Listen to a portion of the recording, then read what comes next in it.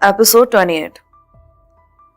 मैंने John grey को गौर से देखा और दिल में सोचा, मैं इसे नाकाम बना दूंगा। उसके पास जो रिमोट नुमा शय थी, शायद वही उस बेल्ट की निगरान थी।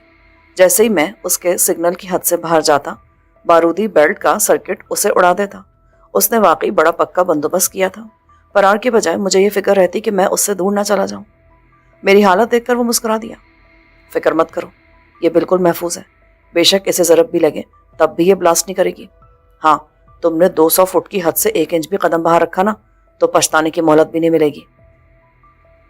मैं मोहलत चाहता भी नहीं हूँ। बराए करम मुझे किसी मुहिम पर ले जाने के बजाय यहीं छोड़ जाओ।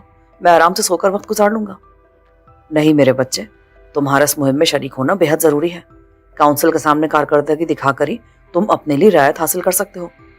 अच्छा, कम से कम ये तो बता दो कि मुहिम है क्या, ताकि मैं ज़हनी तौर पर खुद को तैयार रखूं। जॉन ग्रे के इशारे पर गार्ड्स वापस चले गए। उसने मुझे अपने सामने कुर्सी पर बैठने का इशारा किया। सामने मेज पर एक नक्शा रखा था। यह अफ्रीका के जनूब मशरकी ममालिक का नक्शा था। उसने नक्शे पर एक जगह उंगली रखी। ये मुल्क आजकल हमारे मफादात के खिलाफ काम कर रहा है। इस मुल्क पर एक ज़माने में बरतानिया उस्मा की हुकूमत थी। आज़ादी के बाद उसके सयाफाम सदर ने यहाँ पर आबाद गोरों के खिलाफ नस्ल परस्ताना इक़दामात शुरू कर दिए। यानी तुम लोगों को तुम्हारे सिक्कों में अदायगी करने लगा। मैंने हंसकर कहा। उसने अंग्रेज आबादकारों से ज़मीनें छीनकर सया फार्मों में बांटना शुरू कर दी, और जब सफ़ेद फार्मों ने इस पर एहतजाज किया तो उन पर अपनी खुफिया फोर्स से हमला कर दिया। मशरक़ी हिस्से में होने वाले फसादात में 100 से ज़ायद सफ़ेद फार्म मारे गए। मैंने उन फसादात के बारे में पढ़ा था। मैंने सुना कि असल में सफ़ेद फार्म आबादकारों ने कुछ सया फार्म औरतों को अगवा करके उनकी आबरूरेज़ी की और फिर उन्हें कत्ल कर दिया। इस पर फसादात फूटे थे और उनमें कुछ सफ़ेद फार्म मारे गए थे। असल मसला यह है कि इस शख्स की पॉलिसियों की वजह से पूरे अफ्रीका में सफ़ेद फार्मों के खिलाफ नफरत बढ़ रही है। नफरत इस मुल्क के सदर की वजह से नहीं, बल्कि तुम लोगों की हरकतों की वजह से बढ़ रही है।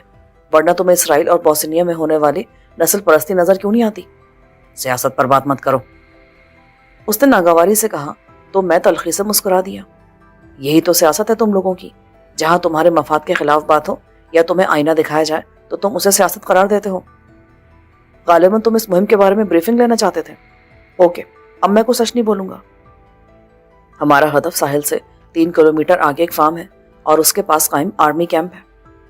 आर्मी कैंप तो समझ में आता है, पर फार्म पर किस खुशी में हमला करना है?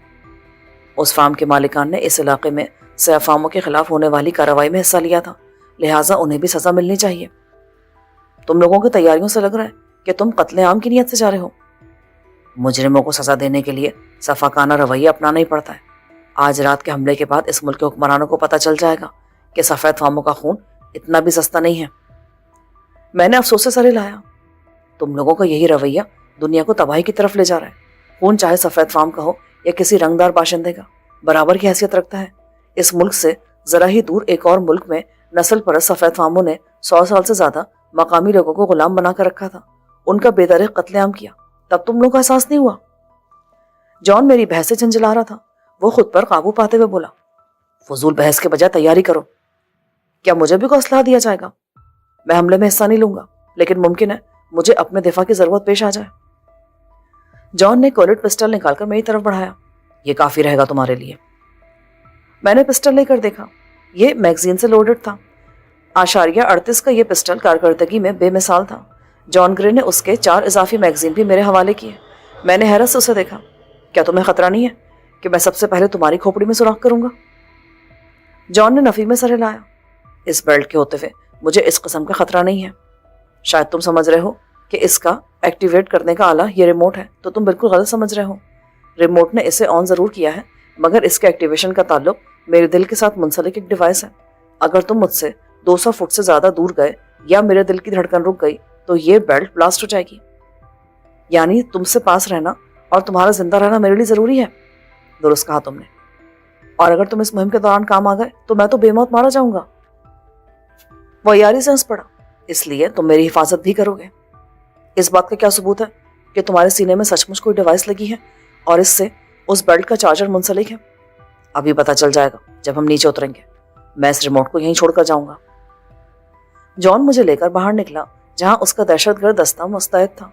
मुझे नहीं मालूम था कि बोट किस जगह लंगर अंदाज थी। आसमान पर तैरते बादल थे और चारों तरफ मुकम्मल तारीकी थी। बोट्स की लाइट्स भी बंद कर दी गई थीं। अर्शे पर हल्के नीले रंग के बल्ब जल रहे थे जिनकी रोशनी महदूद थी। फौजियों के पास जदीद इक़साम का असलहा था। उनमें स्नाइपर राइफलें और खुद कार साख्ता राइफलों के अलावा दस्ती बम और पोर्टेबल रॉकेट लॉन्चर थे। इसके अलावा खामोशी से हमला करने के लिए एरो शूटर थे जो बेआवाज़ तीर फेंकते थे। मुसल्लह कातलों का ये दस्ता खून बहाने के लिए कितना बेताब था, इसका उनके चेहरे के हैवानी तासुरात से बखूबी अंदाज़ा हो रहा था। दोस्तों, जॉन ग्रे ने गूंजती आवाज़ में कहा, आज हमें अपने चंद बेगुनाह हम नस्ल अफराद का इंतकाम लेना है। जो सामने आए उसे बेदरिक कत्ल कर दो। दुश्मन को ऐसा सबक दो कि वो हमारे खिलाफ कार्रवाई करने से पहले 1000 बार सोचे। जॉन की इस मुख्तसर सी तकरीर के साथ ही वो लोग हरकत में आ गए और बोट के किनारे से लगी सीढ़ी से नीचे उतरने लगे। उसी वक्त हवा भरी रबर की मोटर बोटें पानी में उतार दी गई थीं। हर कश्ती में 12 अफराद की गुंजाइश थी और कुल 5 कश्तियां थीं। मुझ समेत 53 अफराद थे। मैं आखिर में मोटर बोट में उतरा। जॉन मेरे साथ था। देखते ही देखते 5 कश्तियां एक तरफ रवाना हो गईं। जब हमारी बोट स्टार्ट होकर आगे बढ़ी तो इंजन की हल्की सी आवाज़ आई जो चंद गज से ज़्यादा दूर नहीं जा रही थी। उन बोट्स में कोई ऐसा इंजन लगाया गया था जो बहुत कम आवाज़ देता था। वो सब स्याह कपड़ों में थे। मेरी पतलून गहरे रंग की थी और सफ़ेद कमीज छुपाने के लिए मुझे एक अदद गहरे रंग की जैकेट दे दी गई थी। मुसल्लह दस्ते की क़यादत करने वाला कर्नल सबसे अगली बोट में था। वो मुतवस्त कामत और गठे हुए जिस्म का, सूरत से सख्त मिजाज नज़र आने वाला शख्स था। रास्ते में जॉन ग्रे ने एक छोटा सा हेडसेट मेरी तरफ बढ़ाया। यह बेहद मुख्तसर और महदूद फासले पर काम करने वाला वॉकी टॉकी था। उसे कान के अंदरूनी हिस्से में फंसाया जाता था और उसकी साख्त ऐसी थी कि जब तक उसे निकाला ना जाता कि अस खुद नहीं निकल सकता था। उससे एक नलकी निकलकर निस्फ रुखसार तक आ रही थी। जॉन ने मुझे उसका फंक्शन समझाया। इसके कान वाले हिस्से पर हाथ रखोगे तो इसका माइक काम करने लगेगा। तुम जो बोलोगे वो सबको सुनाई देगा। ज़्यादा दबाव देने की ज़रूरत नहीं है, सिर्फ उंगली रखने से भी ये काम करेगा। मुझे इसका फंक्शन आता है, मैंने इत्मीनान से कहा और उसे अपने कान में फिट कर लिया। उस वक्त कर्नल और पिछले बोर्ड्स के कमांडरों के दरमियान मीटिंग चल रही थी और वो उन्हें हमले के बारे में ब्रीफिंग दे रहा था, या ये कहना चाहिए कि अपना प्लान बता रहा था, जिसका मरकजी नुक्ता ये था कि सामने आने वाले हर सियाफाम को मौत के घाट उतार दिया जाए, चाहे वो आम सिविलियन हो या फौजी। ऑपरेशन का कुल वक्त 1 घंटा था और इस दौरान में सबको बहर सूरत बोट्स तक वापस आ जाना था। जॉन ने दूसरी चीज़ मुझे दी, वो एक घड़ी के अंदाज का कुतुबनुमा था। ये रास्ता दिखाने के लिए है, लेकिन तुम्हारी खैरियत इसी में है कि हमसे और ख़ास तौर पर मुझसे ना बिछड़ो। मुझे भी मरने का कोई शौक नहीं है, मैंने हंसकर कहा। बज़ाहिर में बेफिक्र था, लेकिन दर हकीकत मुझे उनके अज़ाइम पर सख्त तशवीश थी। ये ना जाने कहाँ कत्ले आम की मुहिम करने जा रहे थे, और जाहिर है आप किसी के घर पर हमला करने जाओ तो वो हाथ पर हाथ रखकर तो अपनी बैठा रहेगा।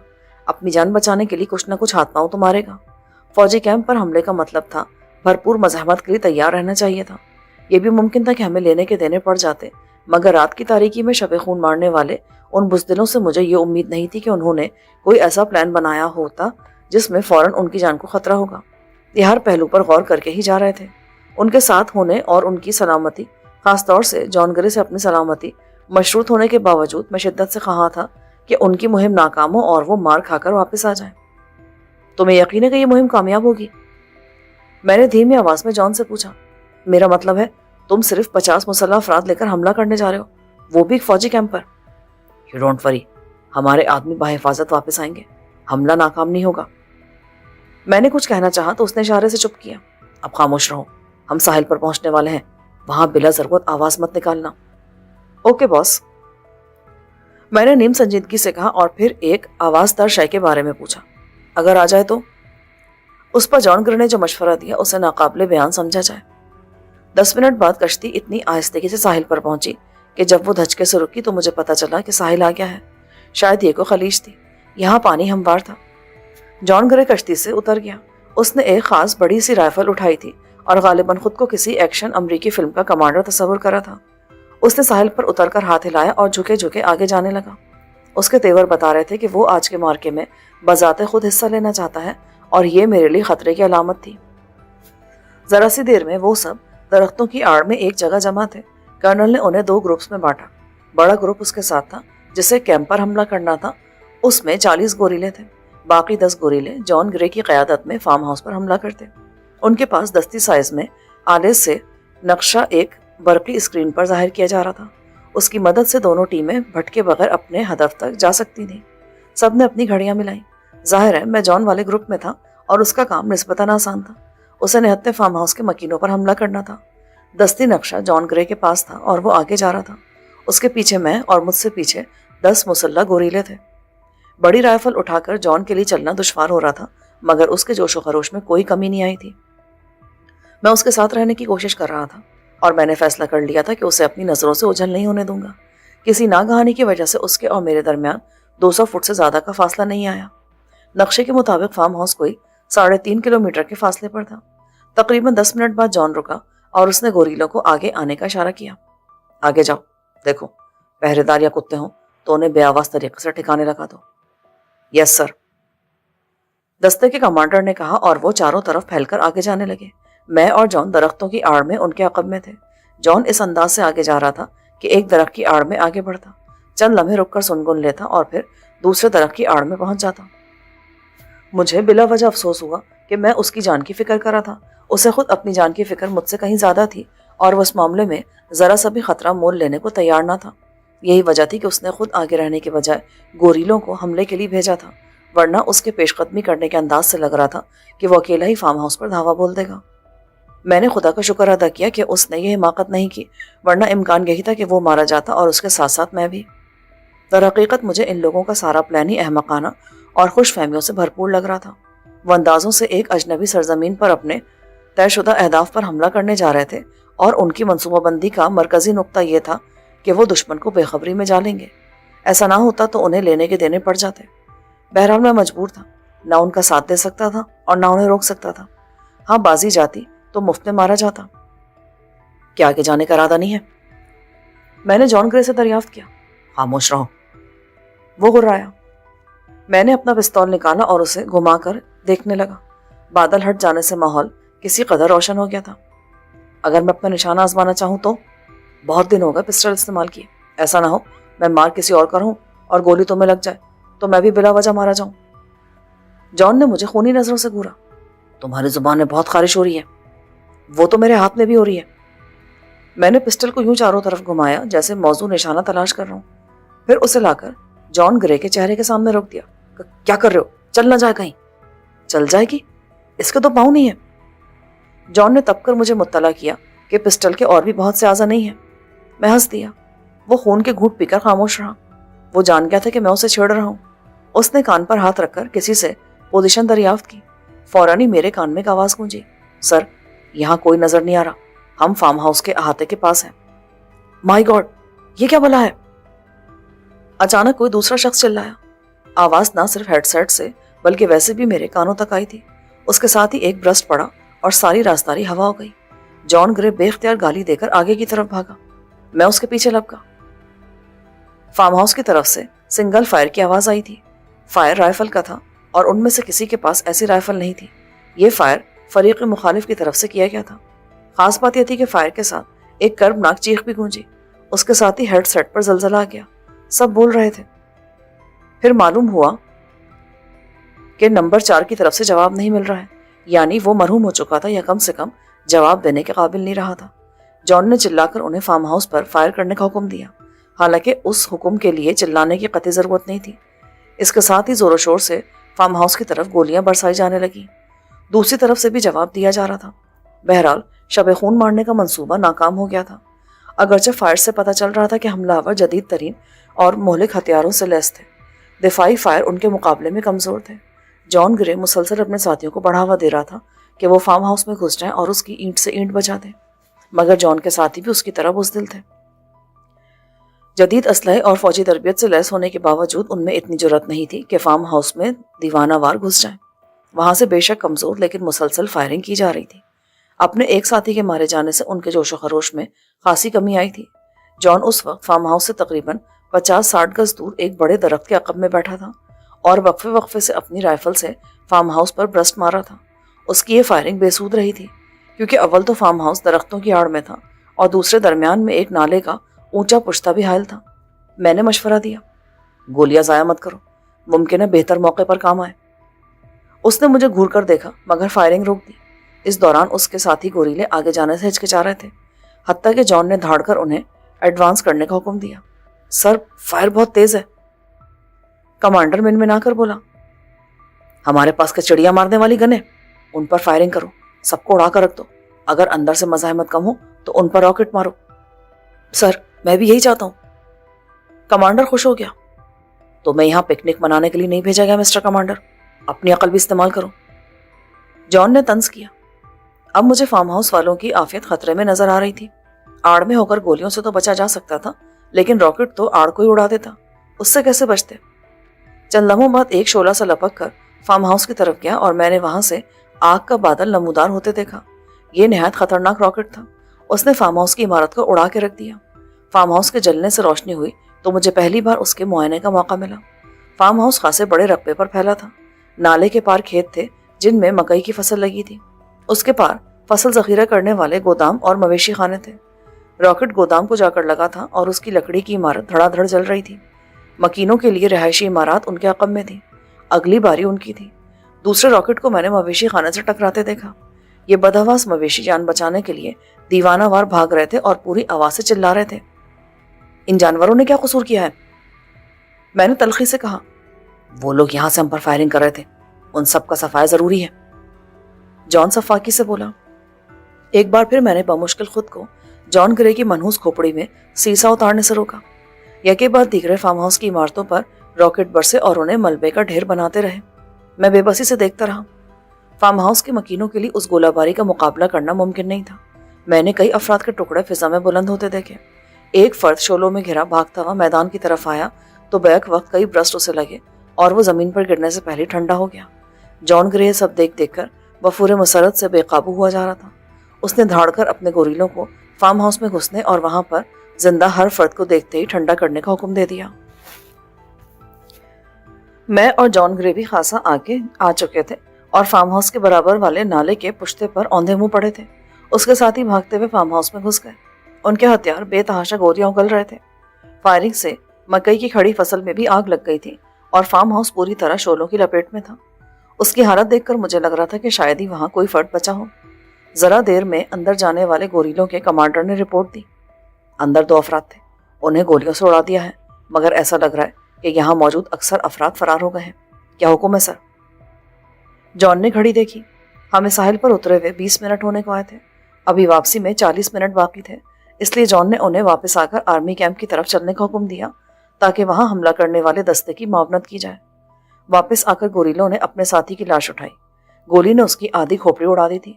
جان نے گہرے دکھ سے اسے دیکھا اور 2 گوریلوں کو حکم دیا. اس کی لاش ساحل پر لے جا کر ہمارا انتظار کرو. یس سر. ایک گوریلے نے نہایت خوشی سے اس کے حکم کی تعمیل کی اور لپک کر لاش اپنے شانے پہ لاد لی. دوسرا اس کے ساتھ ہو لیا. یوں انہوں نے مارکے میں شریک ہونے سے جان بچا لی تھی. جان گرے آرمی کیمپ کی طرف روانہ ہوا. نقشے کے مطابق وہ جگہ فارم ہاؤس سے کوئی 2 کلومیٹر کے فاصلے پر تھی اور اب تک اس طرف خاموشی تھی. ایسا لگ رہا تھا کہ کرنل رچرڈ کی پارٹی حملے کا موقع تلاش نہیں کر سکی تھی. جان اس بارے میں فکر مند تھا اور 3 بار کرنل سے رابطے کی کوشش کر چکا تھا, مگر اس کی طرف سے کوئی جواب نہیں دیا جا رہا تھا. وہ رینج سے باہر تھے. ہیڈ سیٹ 500 گز کے دائرے میں کام کرتا تھا. ہم درختوں اور پہاڑیوں سے گزرتے رہے. جان اور اس کے ساتھی کھلی جگہوں سے گزرنے سے گریز کر رہے تھے. انہیں خوف تھا کہ وہ اس پہرے دار کی نظروں میں نہ آ جائیں. آخر کرنل کی طرف سے جواب آ گیا. سر, ہم شاید گھیرے میں آ گئے ہیں.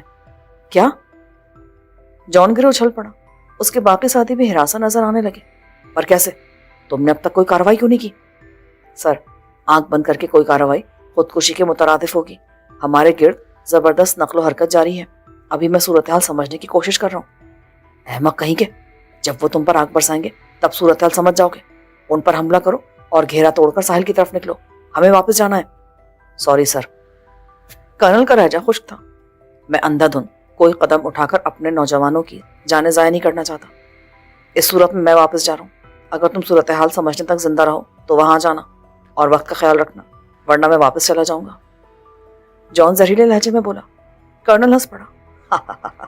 سر, آپ یہاں سے میرے بغیر نہیں جا سکتے. اگر یقین نہیں ہے تو کوشش کر کے دیکھ لیں. یہ سب میرے وفادار ہیں. جوانوں, یہاں سے جانے کے بجائے جس جگہ ہو رک کر میرے اگلے حکم کا انتظار کرو. یس سر. ہمارے ساتھ موجود گوریلوں کا کمانڈر بولا. تم لوگ میرے ساتھ جاؤ گے؟ جان گرے غرایا. اس کرنل سمیت تم سب میرے ماتحت ہو. سوری سر, جہاں تک لڑنے کے معاملات ہیں ہم کرنل کی کمانڈ میں ہیں. آپ ان سے بات کریں, ہمیں براہ راست آرڈر نہ دیں. دستے کے کمانڈر نے تن کر جواب دیا. जॉन का सुबकी और तौहीन के मारे बुरा हाल था। उसका बस नहीं चल रहा था कि उनमें से हर एक को अपने हाथ से शूट कर दे, मगर मौके की वजह से मजबूर था। कुछ देर वो दांत पीसता रहा, फिर बोला, ठीक है कर्नल, इस वक्त मैं तुम्हारी बात मान रहा हूँ, लेकिन जवाबदेही तो करनी पड़ेगी। वो मैं कर लूंगा, और अब मुझे अपनी ड्यूटी की तरफ तवज्जो देने दें। कर्नल रुखाई से बोला। सूरत हाल नहायत संगीन थी और वो उन्हें गाफिल समझकर उन पर हमला करने आए थे। वो ना सिर्फ होशियार थे, बल्कि उन्होंने उन्हें घेर लिया था। जॉन ग्रे मुझे एक तरफ ले गया। ये पागल का बच्चा वक्त ज़ाया कर रहा है। अगर उन्होंने घेरा मुकम्मल कर लिया तो किसी एक को भी बचने का मौका नहीं मिलेगा। जॉन ग्रे ने मुझसे कहा, हमें क्या करना चाहिए? मैंने पूछा। वैसे मैं भी जॉन से मुत्तफिक था। कर्नल रिचर्ड अहमकाना अंदाज में वक्त ज़ाया करा था। अगर सूरत हाल हमारे खिलाफ हो गई तो हमें पहली कोशिश में यहाँ से निकलने की करनी होगी। इन लोगों की हिमाकत पर जान देना मजीद हिमाकत होगी। ये किस किस्म की मुहिम है आखिर? तुम सरबरा हो और ये लोग तुम्हारी बात ही नहीं मान रहे। असल में जजीरे का सिक्योरिटी चीफ भी है और अपनी हैसियत की वजह से कोई कर्नल का मुंह चढ़ा है। खैर, मैं देख लूंगा उसे, अगर जिंदा वापस जा सके तो। सुनो, मुझे को बड़ी गन दिलवाओ। इस तन्ने से पिस्टल के साथ मैं क्या करूंगा? जॉन ने सोचा और फिर जाकर एक गोरीले से उसकी इजाफी M16 राइफल ले ली। नजदीकी मार्के के लिए ये एक बेहतरीन हथियार है। इसका आसान इस्तेमाल और बेपनाह फायर पावर मुखालिफों की सफ़ों में अबतरी फैला देती है। रूसी क्लाशनकोफ और जर्मन G सीरीज के असॉल्ट राइफलों के साथ इसे दुनिया की बेहतरीन हमलावर राइफलों में शुमार किया जाता है। राइफल के साथ 2 इजाफी मैगजीन भी थे। इस पर बफर टारगेट भी लगा है। 400 गज तक 1 इंच की कमी बेशी दुरुस्त निशाना लगा सकता है। मैंने इजाफी मैगजीन अपनी जैकेट की जेबों में ठूंस ली है। मैं और जॉन ग्रे गोरिल्लों से जरा हट कर एक झाड़ी के अकब में आ गए थे। सारा ड्रामा 500 गज के दायरे में हो रहा था। मेरा ख्याल था कि हम खतरे की हद में हैं, लेकिन मैंने जॉन ग्रे को पीछे हटने का मशवरा यूं नहीं दिया कि वो मुझे बुज़दिल समझेगा। तुम लोगों ने इन्हें गाफिल जानकर हिमाकत की। मेरा नहीं ख्याल कि जो मुल्क तुम लोगों की मुखालफत कर सकता है वो अपनी हिफाजत से गाफिल होगा। हमारे सामने इनकी हैसियत चींटी से ज़्यादा नहीं है। चंद मजबूरियों की वजह से हम इस मुल्क के खिलाफ खुलकर कार्रवाई नहीं कर सकते, लेकिन बहुत जल्द इस मुल्क के हालात ऐसे होंगे कि हम यहाँ पर अपनी फौज उतार सकें। तब हालात हमारे काबू में होंगे और इस मुल्क का असर भी वही होगा जैसा कि उन ममालिक का हुआ है जहाँ नाम नेहाद अमन फौज भेजी जा चुकी है। मैंने तल्ख लहजे में कहा, यह बहस का वक्त नहीं है, होशियार रहो, ऐसा ना हम भी बेखबरी में मारे जाएं। इस दौरान में वो कर्नल को मुखातिब कर चुका था। वो बार बार उसे यहाँ से निकलने का कह रहा था। एक बार कर्नल की भिन्नाई भी आवाज़ सुनाई दी, तो मैं और क्या कर रहा हूँ, हम चारों तरफ से घिर चुके हैं, अपने महफूज दस्ते को हमले का हुक्म दो। जॉन ने मशवरा दिया। वो पहले ही लड़ाई में शामिल हैं, दुश्मन उन्हें भी घेर रहे हैं। मेरा मशवरा यह है सर कि आप चले जाएं। तुम बोट से रब्ता करके कुमक तलब करो। बोट पर ज़्यादा नफरी नहीं है, वहाँ से मदद नहीं आएगी। आप साहिल की तरफ जाएं और हमारा इंतज़ार करें। मैं अपने जवानों को लेकर वहाँ जाने की कोशिश करूँगा। मगर साफ नजर आ रहा था कर्नल और उसके साथी बुरी तरह घिर गए थे और उनका बश निकलना मुहाल था। जॉन ने हेडसेट पर से हाथ हटा लिया और उसकी जुबान से कर्नल की शान में एक कसीदा निकल रहा था, जिसमें ज़्यादा जोर कर्नल के नागुफ्तबा खानदानी हालात पर था, जिसके बाज़ डांडे जॉन ग्रे के खानदान से जा मिलते थे। मैंने उसका शाना पकड़ कर हिलाया। कसीदा खानी बाद में कर लेना, अभी निकलो यहाँ से। जॉन बुरी तरह चौंका। उसका मारे इश्तियाल और नाकामी के एहसास से बुरा हाल था। अपने तौर पर वो मकामी से अवामों के कत्ले आम का मंसूबा लेकर आया था, मगर मकामी हुकूमत और फौज की बेदार मगजी ने उनकी चाल उलट दी थी और जॉन ग्रे के साथ आने वाले मुसल्लह अफराद को लेने के देने पड़ गए थे। उनकी नाकामी पर मुझे बेहद खुशी थी। ज़मीन पर फ़िरौन बनने वालों के लिए ऐसे झटके ज़रूरी थे। एक जहाज़रा होने के नाते मुझे सिमतों का तयन और कुतुबनुमा की मदद से किसी जगह पहुंचना अच्छी तरह आता था, मगर उस वक्त मैं जानबूझकर उस तरफ नहीं जा रहा था जहां हमने कश्तियां छोड़ी थी। मेरे ख्याल में मेरे पास जॉन जैसे शैतान शख्स से छुटकारा पाने का सुनहरी मौका था। फिर मैं उससे फ़ायदा क्यों ना उठाता। नाकामी के मार्के से उसकी जहनी हालत दुरुस्त नहीं रही थी, इसलिए उसे खासी देर तक एहसास नहीं हुआ कि मैं उसे गलत सिमत में लिए जा रहा हूँ, और जब एहसास हुआ तो वो बुरी तरह चौंका। ये तो मुझे कहाँ लिए जा रहे हो? उसने अपनी कलाई पर बंधे कुतुबनुमा में देखा। खासी ताक़त से एहसास हुआ तुम्हें? मैंने पिस्तौल उसकी गर्दन से लगाते हुए उसकी राइफल छीनकर एक तरफ फेंक दी और उसकी कमर से बंधे हुए रिवॉल्वर को भी निकाल लिया। बस अब जहां मैं कहूं तुम्हें चलना होगा, वरना मार डालोगे तुम मुझे। नहीं, मैं तुम्हारी हड्डियां तोड़ दूंगा, ऐसे। मैंने उसकी गर्दन दबाई तो वो तड़प कर रह गया और बिलबिला कर बोला, मुझे यकीन नहीं था कि तुम ऐसी हिमाकत करोगे। चलो अब तो पता चल गया ना। पागल मत बनो, वापस चलो, ताखिर हो गई तो हम दोनों ही मारे जाएंगे। वो कैसे? वो ऐसे कि मेरे दिल के साथ जो डिवाइस लगी है उसका एक स्विच तंजीम के बड़ों के पास है। सैटेलाइट से कंट्रोल होने वाले उस स्विच की मदद से वो सिर्फ एक बटन दबाकर मेरे दिल को ऐसा बर्फी झटका देंगे कि वो रुक जाएगा, और जाहिर है इसके साथ साथ तुम भी मर जाओगे। बकवास, तुम उल्लू बना रहे हो मुझे। यकीन करो, अगर मैं बेस पर वापस नहीं गया या अपने बड़ों से राब्ता नहीं किया तो वो ये फर्ज करते हुए कि मैं दुश्मन के हत्थे चढ़ गया हूँ स्विच ऑन कर देंगे और मैं मारा जाऊंगा। इस सूरत में मैं वापस नहीं जाऊंगा, बल्कि तुम इस बेल्ट को मेरी गर्दन से उतार दोगे। मैं नहीं उतार सकता, इस सूरत में भी नहीं। मैंने उसकी गर्दन दबाई तो वो एक बार फिर बिलबिला गया। रुको, खुदा के लिए मेरी बात समझने की कोशिश करो। अब कौन सी बात रह गई है? बेल्ट ऐसे नहीं खुलेगी, इसमें इलेक्ट्रॉनिक लॉक लगा है और इसे सिर्फ उस रिमोट कंट्रोल से अनलॉक किया जा सकता है। रिमोट बोर्ड पर है, अगर इसे जबरदस्ती खोलने की कोशिश की गई ना तो यह फट जाएगी। बदमाश, मुझे उल्लू बना रहे हो?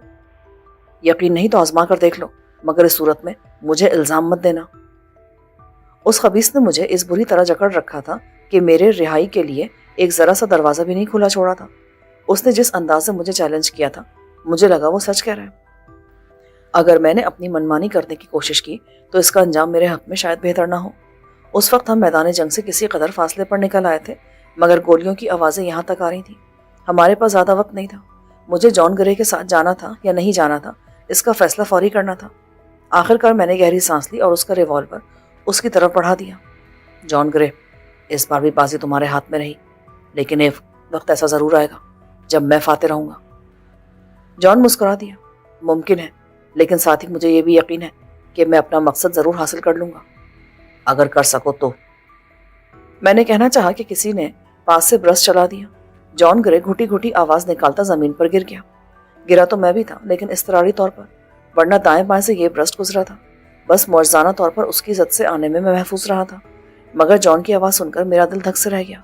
शायद गोरीलों का ब्रस्ट उस बदबख्त को चाट गया था और उसके मरते ही मेरा काम भी लाजमन तमाम हो जाता। मैंने इस्तरारी तौर पर पिस्तौल से उस तरफ फायर किया जहाँ से ब्रस्ट आया था। मेरा फायर कतई अंधा था, लेकिन उस से अफाम की कज़ा आ गई थी जो नज़दीकी झाड़ियों से बरामद हुआ था। वो उछलकर वापस झाड़ी में गिरा और चंद कर्बनाक आवाज़ें निकालता खामोश हो गया। मैं जॉन की तरफ लपका। तुम ठीक तो हो ना? मैंने बेताबी से पूछा। जॉन दाएं हाथ से बायां शाना थामे उठने की कोशिश कर रहा था। मैंने उसका हाथ हटाया जो खून में लेथड़ा हुआ था। उसने नहीफ आवाज में कहा, शुक्र है गोली ने हड्डी नहीं तोड़ी, शाना उधड़ती हुई निकल गई है। मैंने खुदा का शुक्र अदा किया। उसी लम्हे उन झाड़ियों की तरफ से हलचल की आवाजें आने लगी। कोई अजनबी आवाज में चिल्लाया। मारे जाने वाले अफ्रीकी के दूसरे साथी करीब थे और वो लाजमन मुसल्ला भी होते। हमें देखते ही शूट कर देते। मैंने जॉन को सहारा देकर उठाया। हिम्मत करो, हमें किसी महफूज मकाम तक पहुंचना है। साहिल की तरफ चलो, वहां कश्तियां हैं, उसने कराते हुए कहा। मगर उस तरफ खुला मैदान था। अगर हम उस तरफ जाते तो लाजमन झाड़ियों से बरामद होने वालों की नजरों में आ जाते और वह हमें उस मैदान में ढेर कर देते। उनका एक साथी मेरे हाथों मारा गया था, इसलिए उनसे किसी रहम की उम्मीद फजूल थी। मैं जॉन को घसीटता हुआ दरख्तों में जा घुसा। उसी लम्हे झाड़ियों से कई मुसल्लह फौजी बरामद हुए। एक ने हमें देख लिया और उजलत में ब्रस्ट मारा। खुशकिस्मती से सारी गोलियां दरख्तों के तनों पर लगी। हम बाल बाल बच गए। फौजी अपनी जुबान में चिल्ला चिल्लाकर एक दूसरे को हमारा ताकुब करने को कह रहे थे। मैंने जॉन को आगे धकेला और पलटकर ताकुब में आने वालों पर अपनी राइफल का ब्रस्ट मारा। मेरा मकसद उन्हें खबरदार करना था ताकि वो पीछे आने वाले के मामले में मोहतात रहें। उस कार्रवाई का खातिर खा असर हुआ। वो खुले में थे, इसलिए फायरिंग से बचने के लिए वापस भागे। जॉन ग्रे एक दरख्त से टेक लगाए बुरी तरह हाँप रहा था। उसने जैसी बेअतदाल जिंदगी गुजारी थी, उसका पोल अब खुल रहा था। शाने का जख्म मामूली सा था, लेकिन वो यूं हाँप रहा था जैसे आखिरी सांसों पर हो। बस अब निकल चलो, इससे पहले कि वो दोबारा आए। जैसे वो लोग पसपा हुए, मैं जॉन ग्रे की तरफ लपका। हम साहिल से दूर हो जाएंगे उस तरफ जाने की सूरत में। जॉन ग्रे बोला, और अगर इस तरफ गए ना तो जिंदगी से महरूम हो जाएंगे। तुम्हारे ख्याल में क्या उन्हें मालूम नहीं कि हम किस तरफ से आए हैं? यकीन करो, उनके फौजी अब तक कश्तियों पर कब्जा कर चुके होंगे। तब हम कहाँ जाएं? हम भी तो मारे जाएंगे। फिल वक्त तो जान बचाने की कोशिश करो। मौत के हरकारे पास है। तुम्हारे बड़े शायद स्विच ऑन ना करें, लेकिन ये लोग बहुत तैश में हैं, देखते ही गोली मार देंगे। मैंने उसका बाजू पकड़कर खींचा तो वो बादल नाखास्ता चल पड़ा। अगर जॉन ग्रे ना होता या मेरी गर्दन में बारूदी तोप ना पड़ा होता तो मैं जॉन ग्रे पर लानत भेजकर जा चुका होता। मगर उस दोमन वजनी लाश को खींचना मेरी मजबूरी थी। मुझे पूरा यकीन था कि फौजी हमारे ताक़ुब में आएंगे। वो हमारा पीछा नहीं छोड़ेंगे जब तक हमें मार ना लें या गिरफ्तार ना कर लें। जंगल में कुछ दूर निकलने के बाद मुझे अकब से चिल्लाने की आवाज़ें आने लगी। वो शिकारी कुत्तों की तरह हमारा ताक़ुब कर रहे थे। इन आवाज़ों को सुनकर जॉन ग्रे की हालत और भी बुरी होने लगी। भागो, वरना मौत से पहले मर जाओगे। एक बार हम इनसे छुटकारा पा लें तो फिर बोट तक जाने की कोई तदबीर भी कर सकते हैं। मुझसे मुझसे अब नहीं चला जाता। तो फिर मरने के लिए यहीं रुक जाओ। जब इतनी हिम्मत नहीं थी तो इस बेहुदा मुहिम पर क्यों दौड़े चले आए थे? उसने खराब लहजे में जवाब दिया। मुझे कोई शौक नहीं है इस किस्म की अहमकाना मुहिमात पर जाने का। ये बड़ों की तरफ से हुक्म था, तो भुगतो अब। मैंने इस्तेज़ाइया लहजे में कहा।